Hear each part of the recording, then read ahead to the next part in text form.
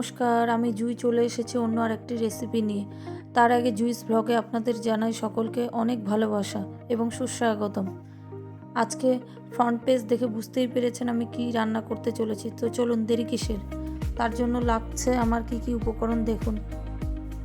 গাজর নিয়েছি সামান্য, সজনার ডাঁটা নিয়েছি সামান্য, বেগুন কেটে নিয়েছি, আর কিছুটা ধনেপাতা নিয়েছি, আলু নিয়েছি, কাঁচা পাকা লঙ্কা, মটরশুঁটি, টমেটো আর বিনস, আর এখানে কিছু মাসকলাই ডালের বড়ি। তো চলুন, গ্যাস ধরিয়ে দিয়েছি, এবার কড়াই বসিয়ে দিলাম। কড়াইটা গরম হলে তেল দিয়ে দেব। আপনারা চাইলে আরও কিছু সবজি অ্যাড করতে পারেন। তেল দিয়ে দিলাম। এবার আমি দেখে নিলাম গরম হয়েছে কিনা। তো এবার চলুন বড়িগুলো ভেজে নিই। কিছুক্ষণ নেড়ে চেড়ে নেব মিডিয়াম হিটে। এবার ভাজা হয়ে গেছে, একটি পাত্রে তুলে নেব। এই রেসিপিটি রান্না করতে খুব একটা বেশি সময় বা পরিশ্রম কোনোটাই হয় না, কিন্তু এর টেস্ট খুব সুন্দর হয়। সব সময় যে রিচ খাওয়ারই টেস্টফুল হবে সেটা কিন্তু না। তো চলুন, তবে ওই তেলেই এবার 5 ফোড়ন দিয়ে দিলাম। তার সঙ্গে একটা শুকনো লঙ্কা এবং যে কাঁচা লঙ্কাগুলো কেটে রেখেছিলাম, কাঁচা পাকা লঙ্কা, সেগুলো দিয়ে দেব। এবার ফোড়নগুলো ভাজা হয়ে গেলে তেলের সঙ্গে একে একে সব সবজিগুলো ছেড়ে দেব আমি।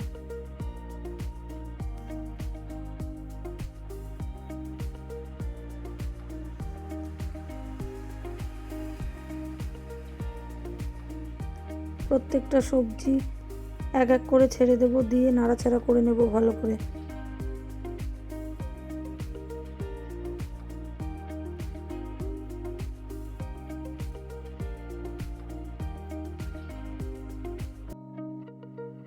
খুব বেশি একটা ভাজতে হয় না, হালকা ভাজলেই হয়ে যায়।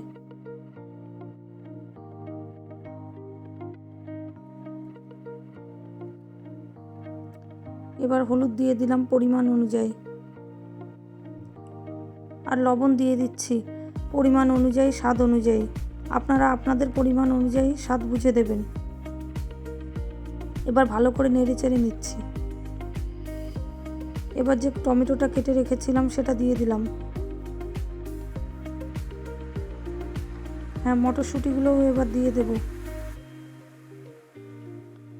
তো চলুন এবার ধনেপাতাটাকে কেটে নিই।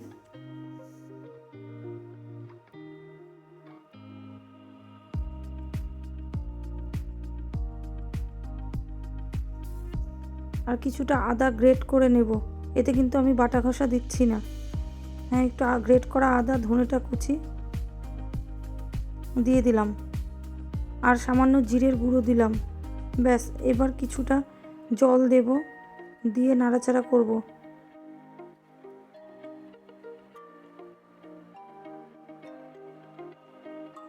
পাঁচ মিনিটের মতো এটাকে আমি নাড়াচাড়া করব মিডিয়াম হিটে। তো দেখুন 5 মিনিট বাদে কড়াইয়ে লেগে লেগে আসছে। এবার জল দিয়ে দেব। মাসকলাইয়ের বড়ি দিয়ে ভেজ সবজি খেতে কিন্তু দারুণ টেস্ট হয়। প্রত্যেকটা সবজিরই নিজস্ব ফ্লেভার আছে, যে কারণে তার টেস্ট আরও বেড়ে যায় সবগুলো একত্রে মিলে। ব্যাস, এবার যে বড়িগুলো ভেজে রেখেছিলাম সেগুলো একে একে দিয়ে দেব। ভালো করে নেড়ে চেড়ে নেব বড়িগুলোকে সবজির সঙ্গে। ব্যাস, এবার আরেকটু জল দিয়ে দেব, তার কারণ বড়িগুলোও একটু সেদ্ধ হবে, প্লাস ডাঁটাগুলোও একটু সেদ্ধ হবে। এবার ঢাকা দিয়ে দিলাম। চলুন দেখি এবার 10 মিনিট বাদে ঢাকাটা খুলে দেখি। তো কি দারুণ ফুটছে। এবার নেড়ে চেড়ে দেখি, মনে হচ্ছে আর একটু সেদ্ধ হবে।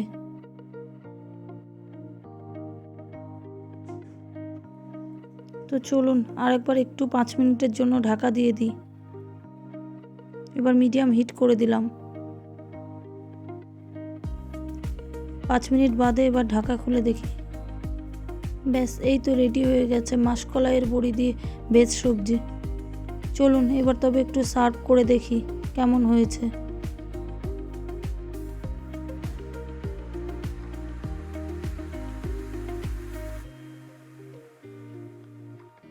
একটা পাত্রে এগুলোকে এবার তুলে নেব।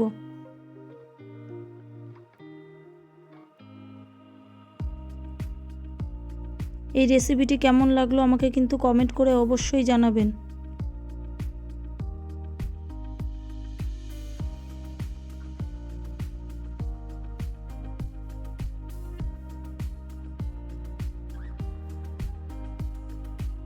আর আমার চ্যানেলটিকে সাবস্ক্রাইব করতে ভুলবেন না। চলুন দেখা হবে অন্য আরেকটি ভিডিওতে। এখন আসি।